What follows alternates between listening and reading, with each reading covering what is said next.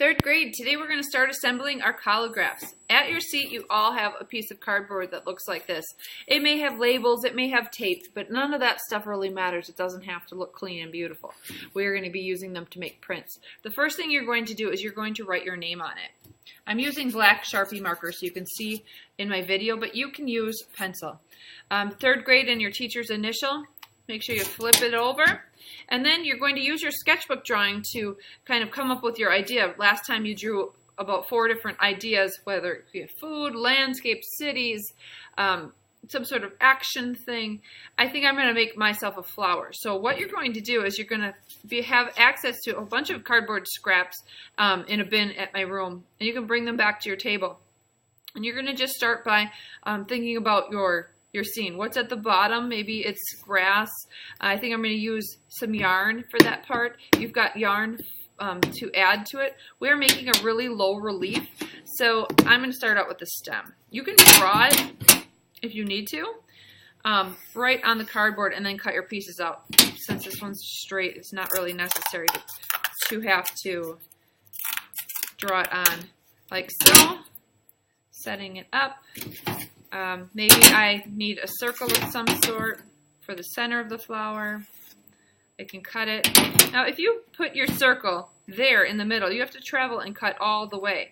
If you were to take your circle and put it near an edge, you don't have to cut so far and then make any turns. So this one might not work out as well as cutting something that's close nearby. Now, you're going to have lots of scraps today. We will come around and make sure that the tables are clean. Maybe we'll even pass out the recycle bin at the end of class. If you don't like something you've drawn, you can always flip it over. I can do different petals for my flower, like so. Cut it out. Now if you want something to be the same shape over and over again, you can use one piece as a template for another piece. So I can then go through and trace this so I get a bunch of them.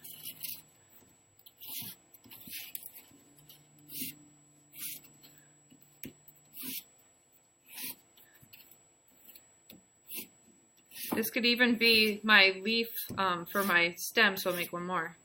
And then as you're going along, you are kind of gluing everything down. Don't do like I'm doing and just kind of setting up. You want to actually stick things so that they stay. You don't need to have a ton of glue. You don't want it to necessarily ooze all over the place. Remember, touch the tip of the glue to the piece of cardboard and you won't have as much of a mess. And I'm going to try to cut these as quick as I can. There's lots of cardboard for you to use today. Try to be pretty detailed, but not don't get too high. So you'll notice I only go 1 layer of cardboard. If I did 2 layers, I might not get the best print. So you don't want to stack things over and over again. 1 single layer is all you need for a collagraph. Gluing down. We are going to put these on the drying rack today so that they have time to really adhere and are successful. Okay, so I got my flower started. Now how about some of that grass? You can add on your 3rd layer if you want. Could be yarn. So I said 1 single layer. I'm sorry. I'm counting this as a layer. Your base layer, your top cardboard, you could add yarn if you wanted to. Remember yarn? You put the glue down and then you kind of stick the yarn to the glue. Just a small little tap, don't hold and press, and kind of do it with a clean finger.